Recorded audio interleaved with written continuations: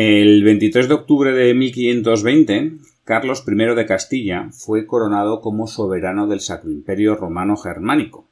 Pasó así este joven de 20 años a ser Carlos V del Sacro Imperio, Carlos V de Alemania, como se le suele denominar. Una de las primeras cosas que hizo fue convocar una dieta imperial. Y bueno, algunos diréis, ¿qué es eso de una dieta imperial? Bueno, pues la dieta imperial era una asamblea de negociación entre el poder imperial y el resto de estamentos de la sociedad. Generalmente la nobleza, el clero, pero bueno, también podrían venir otro tipo de estamentos a negociar. No era, digamos, un parlamento al uso, a lo que estamos hoy en día acostumbrados, no era una asamblea legislativa, era más bien un órgano consultivo, ¿no? Pues algo así semejante a lo que fuesen las Cortes en Castilla o las Cortes en Aragón. Y al igual que estas Cortes en Castilla o en Aragón, pues no se convocaban de manera regular, sino que, bueno, pues se convocaban cuando hacía falta y, bueno, pues en una ciudad en la que se considerase oportuno. Y bueno, pues Carlos V consideró que era conveniente celebrar esta dieta imperial en la ciudad de Nuremberg. Una ciudad, bueno, pues muy bonita, ¿no? Que siempre recordamos, ¿no? Por los juicios de Nuremberg, pero bueno, que tiene mucho más. Yo si no la conocéis, recomiendo su visita, pues como prácticamente todas las ciudades de Alemania, que es un país maravilloso para visitar.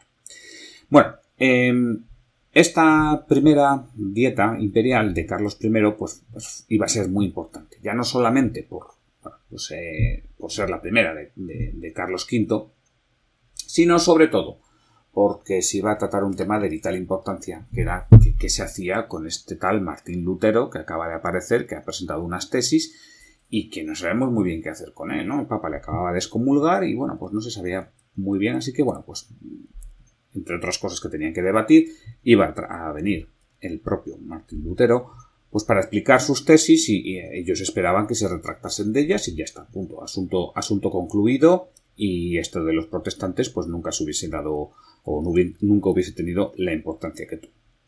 Bueno, como spoiler os digo que no, Martín Lutero en ningún momento se retractó de sus tesis.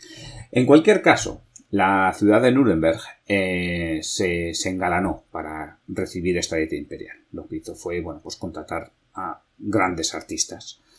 Lo que hizo fue, bueno, pues obras, ¿no? Obras para embellecer la ciudad. Restauró la fachada del ayuntamiento. El ayuntamiento también lo llenó de obras, de frescos, bueno, cuadros y demás. También, bueno, pues se diseñó un protocolo muy bonito, muy importante para recibir al emperador, y también se le pensó en darle bastantes regalos.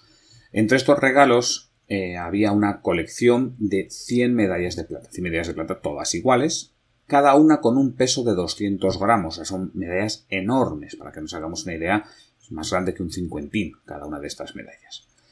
Así que, bueno, pues él estaba entregando al emperador 20 kilos de plata, que falta le hacía porque se había gastado un auténtico pastizal en comprar su trono del Sacro Imperio Romano Germánico. En cualquier caso, estas medallas no eran, digamos, plata al uso, sino que se buscaba que fuesen realmente bellas. Y para ello, pues se contrató a varias personas, varios humanistas que estaban en la ciudad de Nuremberg. Entre ellos a Johannes Stabius, otro era Willibald Pirkheimer, perdonad mi alemán si no lo estoy pronunciando correctamente, y el tercero y más importante, el nuremburguense, bueno, más célebre, yo diría, de toda la historia, que es ni más ni menos que Alberto Durero. Alberto Durero, que estaba trabajando como artista en la ciudad y que además estaba también contratado para las pinturas que se estaban haciendo para el ayuntamiento de Nuremberg. O sea, que también le dijeron, oye, mira, ya que están haciendo estas pinturas, vamos a ver si diseñamos una medalla y la diseñáis conjuntamente entre vosotros tres. Tres artistas que, por cierto, ya habían colaborado anteriormente pues para hacer varias obras para Maximiliano I, o sea, el anterior emperador del Sacro Imperio Romano Germánico y que era abuelo de Carlos V. O sea que entre los tres digamos que ya se conocían.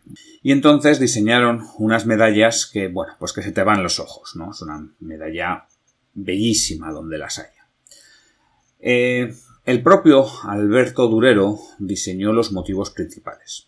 En el anverso colocó al emperador Carlos V un busto que es un busto muy interesante porque tiene un cuello alto, tiene una melena larga y lisa y además está coronado. Es un busto que, bueno, recuerda a los retratos medievales. Digamos que forma parte de la primera parte iconográfica de Carlos V. Todavía no se estaba representando a Carlos V así con barba, como una especie de sabio, ¿no? Recordando a Marco Aurelio como posteriormente, sino que todavía, bueno, pues estaba representando como un monarca medieval, pero no es un monarca majestático.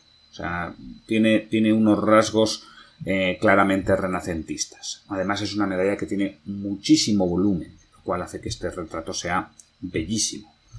Y en el reverso, bueno, pues aparece el águila bicéfala, el águila imperial, que bueno, pues está muy relacionada con la heráldica del Sacro Imperio Romano Germánico. Estos son los motivos principales que, como digo, diseñó Alberto Durero. Luego están dos orlas, una en anverso y otra en reverso, que aparece en motivos heráldicos. Son distintos escudos de los reinos o de los territorios que pertenecían al bueno de Carlos V. Si nos fijamos en los escudos del anverso, ahí aparecen los escudos de Castilla, de Aragón, de León, de Cataluña, de Sicilia, de Nápoles, de Jerusalén, de Andalucía, de Castilla la Nueva, de Galicia, de Valencia, de Toledo, de Granada y de Navarra. Y además, en lo más alto aparecen las columnas de Hércules con el lema Plus Ultra, un lema que no olvidemos proviene del propio Carlos V. Y sin embargo, en el reverso aparecen otros escudos, concretamente los de Cerdeña, Córdoba, Córcega, Murcia, Jaén, Algarve, Algeciras, Mazarrón, un escudo vacío para las tierras occidentales, luego aparece el de Menorca, Mallorca, el de las Islas Canarias y el de Gibraltar. Además, en la parte inferior aparece una N en una orla, que esta N obviamente se refiere a la ciudad de Nuremberg. Entonces, bueno, veis aquí que tienen una heráldica complejísima y realmente bonita. Digamos que son reinos que a los que pocas veces nos referimos, ¿no? Los reinos de Toledo, por ejemplo, ¿no? Bueno, pues aquí aparece, ¿no? Y están sacando pecho de todos estos territorios que estaban controlados por el emperador del Sacro Imperio Romano Germánico, Carlos V. Hay que decir que esta heráldica la hizo Willibald Ickheimer y la supervisó Johannes Stabius. O sea que esta era la colaboración que hicieron entre Durero y estos otros dos humanistas de Nuremberg. Y bueno, ya estaban las medallas diseñadas, pero faltaban acuñarlas. Y claro, acuñar medallas de 200 gramos es toda una complicación técnica, especialmente para el siglo XVI. Si lo comparamos con los cincuentines, daros cuenta que son más grandes que los cincuentines, que estos cincuentines solo se acuñaban en Segovia, contando con la fuerza hidráulica, ya os lo mostré en otro vídeo, y además se empezaron a acuñar en el siglo XVII, o sea que es que faltaba como 100 años para que se acuñesen cincuentines. Menos de 100 años, pero bueno, ya me entendéis, que faltaba todavía bastante tiempo. Entonces, ¿cómo se pudieron acuñar estas medallas? Bueno, pues para eso se contrató a Hans Kraft y se le pagó un auténtico dineral, un dineral de la época para que abriese los cuños para poder acuñar estas medallas.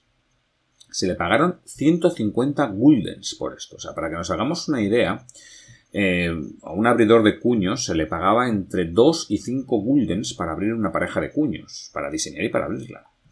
A este hombre se le pagaron 150 guldens. O sea, esto es un auténtico dineral, porque probablemente fuese el único que se atreviese a hacer algo así. Y una vez que abrió los cuños, el bueno de Hans Kraft se tenía que encargar de acuñar las medallas. Para eso lo que hacía era hacer un molde donde, bueno, pues en este molde aparecían la forma básica de la medalla, de tal manera que ya el cospel tenía una forma básica de esta medalla, o sea, era una especie de cospel fundido, una especie de medalla fundida sin ningún tipo de detalle, obviamente. Y después lo acuñaba. Pero lo acuñaba en dos pasos. Primero tenía unos cuños para hacer los motivos principales y luego tenía otros cuños para hacer las orlas. De esta manera se evitaba o se hacía más improbable que el cospel se partiese. Así que, bueno, como veis, la dificultad técnica de hacer estas medallas fue impresionante. En total se fabricaron 167 ejemplares. 100 de ellos estaban destinados a ser entregados a Carlos V como regalo, como he dicho antes, y el resto, bueno, pues eran encargos que se hicieron pues, para las autoridades o, bueno, pues habría gente que también a lo mejor lo habría encargado para sí mismo. En total, como digo, 167 ejemplares, de los cuales 100 estaban destinados a ser entregados a Carlos V. ¿Y qué pasó? Pues que para total desgracia de la ciudad de Nuremberg, a finales de 1520 se desató una peste en la ciudad. Claro, al desatarse esa peste, pues obviamente no podían convocar la dieta imperial en Nuremberg. Y eso hizo pues que todo su esfuerzo en engalanar la ciudad, en hacer estas medallas, en preparar los protocolos, en preparar regalos, pues fuese totalmente inútil. Lo que hicieron pues Carlos V y entiendo yo sus consejeros fue convocar esta dieta imperial en vez de la ciudad de Nuremberg en la ciudad de Worms. Claro, diréis, bueno, pues estas medallas en vez de regalárselas en la ciudad de Nuremberg se las podrían regalar en la ciudad de Worms. Hombre, no lo iban a hacer. Eso, en Worms no iban a permitir que se regalasen unas medallas tan bellas con la N de Nuremberg. Y por otro lado, Nuremberg tampoco iba a permitir que ese regalo tan bonito que ellos habían preparado se entregase en Worms y el mérito se lo llevasen otros. Así que estas medallas, estas 167 medallas, quedaron directamente en el ayuntamiento. Ahí quedaron hasta 1537, momento en el cual, bueno, pues al parecer las retiraron y fundieron la inmensa mayoría de ellas. Hay un registro de este ayuntamiento en 1613 que indica que quedaron 24 medallas. O sea, de esta fundición, al parecer, bueno, pues se salvaron 24 medallas. A lo mejor alguna otra también se despistó o no sé, o se salvó por otro lado. Pero bueno, en principio hubo 24 medallas que se salvaron, de las cuales han llegado a nuestros días nada más 13. De estas 13 hay 9 que están en museos y 4 que están en manos privadas.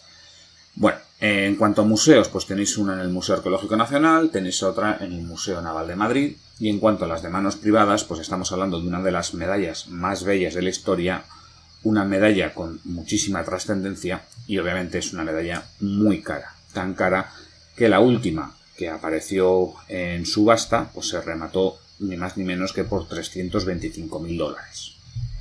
Afortunadamente, para los coleccionistas de medallas, pues los cuños no se perdieron. O sea, igual que se fundieron las medallas, los cuños permanecieron en el ayuntamiento, ahí custodiados, y bueno, pues cuando los coleccionistas vieron la belleza de estas medallas, quisieron tenerlas en su colección, y por eso se hicieron réplicas a lo largo de los siglos XVII, XVIII y XIX. ¿Por qué ya no más? Pues porque en el siglo XIX, cuando estaban haciendo unas de estas réplicas, los cuños se partieron, y bueno, pues ya obviamente no se pueden hacer más réplicas con cuños originales. Luego hay otras réplicas con cuños que no son originales. Y esta es la historia de esta bellísima medalla, que bueno, yo os estoy mostrando un ejemplar que va a aparecer en el 6º volumen de la colección Tomás Prieto, que va a subastar Auro y Calicó el día 20 de abril de 2023. Esta colección Tomás Prieto, pues es seguramente la mejor colección de medalla española que haya sido jamás subastada. Los 5 volúmenes anteriores dieron un gran recorrido a la medallística de los Borbones, y ahora este 6º nos habla de la medalla del siglo XVI, básicamente de Carlos I, de Felipe II, también hay alguna medalla anterior. Son medallas todas ellas muy sorprendentes, que seguramente que gusten mucho a los coleccionistas de medallas, y bueno, a los que a lo mejor no sois coleccionistas de medallas, pero también estáis interesados en ellas o en la historia numismática, yo os recomendaría que descargaseis el catálogo, que lo leyeseis, porque hay muy buenas descripciones de las medallas que se ofrecen. Y ya antes de acabar, me gustaría preguntaros si este audio resulta interesante. A ver, yo este tipo de contenido lo suelo hacer en formato texto en el blog numismático. Suelo escribir un artículo así, digamos, más técnico, como este. Sin embargo, también veo que hay mucha gente que le gusta más el formato audiovisual. Por eso estoy pensando en duplicar el formato del contenido, es decir, escribir el artículo y además hacer este podcast que colgaría tanto en iVoox como en YouTube. Si os gusta este formato audiovisual, por favor, hacedmelo saber. Si no os gusta, si os da igual, si me decís, oye, mira, Adolfo, que el esfuerzo que estás haciendo mejor dedícalo a otra cosa, pues decídmelo también y yo de esa forma puedo mejorar mi trabajo, mejorar el servicio de divulgación numismática que os doy a todos vosotros. Bueno, yo sin más me despido, un saludo y hasta pronto.